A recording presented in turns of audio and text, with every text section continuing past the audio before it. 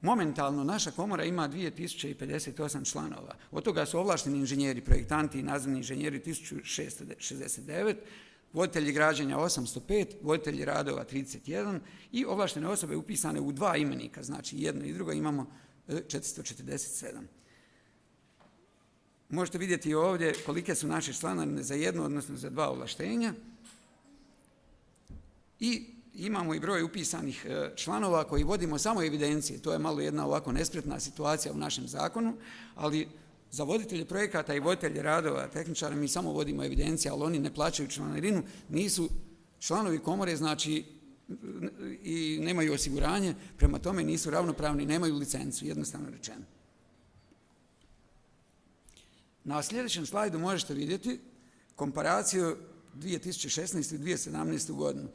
Obzirom da smo mi ulaskom u Europsku uniju, a i novim zakonom o komorama, proširili članstvo sa voditeljima građenja, znači sa našim kolegama izvođačima, možete vidjeti koliko nam je narastao taj broj članova od 2016. do ove godine.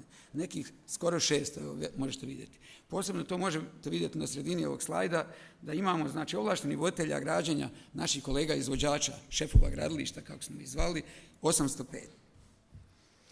Evidencije stranih ovlaštenih osoba imamo također. Ulaskom u Europsku uniju mi imamo znači mogućnost i obavezu sve znači ovlaštene inženjere koji su članovi komora u svojim državama provjerom znači njihovih stručnih kvalifikacija i upisivati na njihov zahtjev u našu komoru.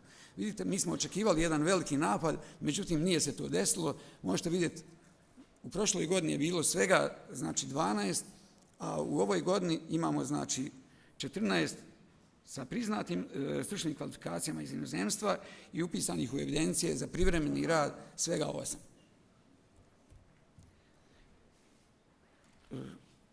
Imaju 3 ključne ovlasti koje je naša strukovna komora kao strukovna organizacija ima od našeg ministarstva.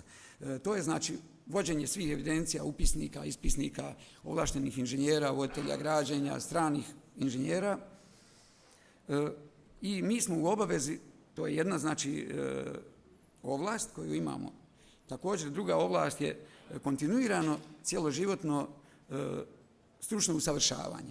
Mi smo u obavezi organizirati i provoditi stručna usavršavanja za specijalizirana neka znanja temeljem kojih damo određene certifikate i to je jedan od elemenata koji nosi određeni broj bodova kod javne nabave.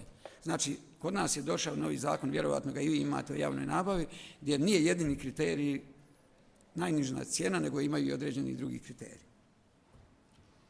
I vidjeli ste malo prije na onom slajdu broj seminara i broj sudionika koje mi imamo u našoj organizaciji. Sada ovo što je zadnje, znači što imamo dane ovlaštenih inženjera, dane inženjera, vidite broj sudionika. Do negdje 2013. godine imali smo značajno veći, do tada je bilo obavezno sakupljanje bodova na svim tim našim stručnim skupovima, međutim ulaskom u Europsku uniju desilo se to da je donešen zakon da to više nije obvezujuće. Međutim, da bismo mi imali ipak dobar odaziv na našim stručnim skupovima, jako je bilo bitno da imamo dobre teme i dobre predavače. I evo vidite da imamo sada jedan i kontinuitet i na danima inženjera, to je znači, evo i zadnji je bilo preko 350 sa predavačima i nama organizatorima, imali smo na tom skupu, bili su vaše delegacije, vidjeli su preko 450 sudionika. Ja bi ovo sada, da ne duljimo vrijeme, samo bi ovo, možete samo baciti pogled i ne bi komentirao, samo bi na kraju poentirao. Kod nas je znači, otkad smo u Europskoj uniji, obavezno je članstvo u komori i obavezno je polaganje stručnog ispita.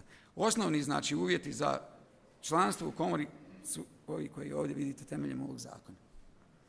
I kažem, ja sam pripremio možda ovu malo prezentaciju više, mogu samo kratko da to bacite pogled na ekranu, ne bi komentirao, ako bude nekih pitanja možemo kasnije razgovarati.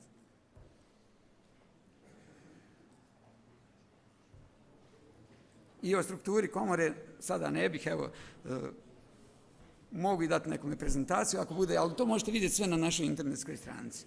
Evo, hvala vam. Na kraju samo, neću više stvarno uzimati vremena, da kažem, mislim to je neka poruka na neki način, Na našim prostorima mi imamo dobre fakultete, imamo jako dobre inženjere.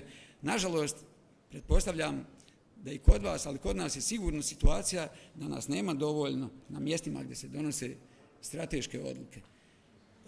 Evo, to bi bilo na neki način neka poruka.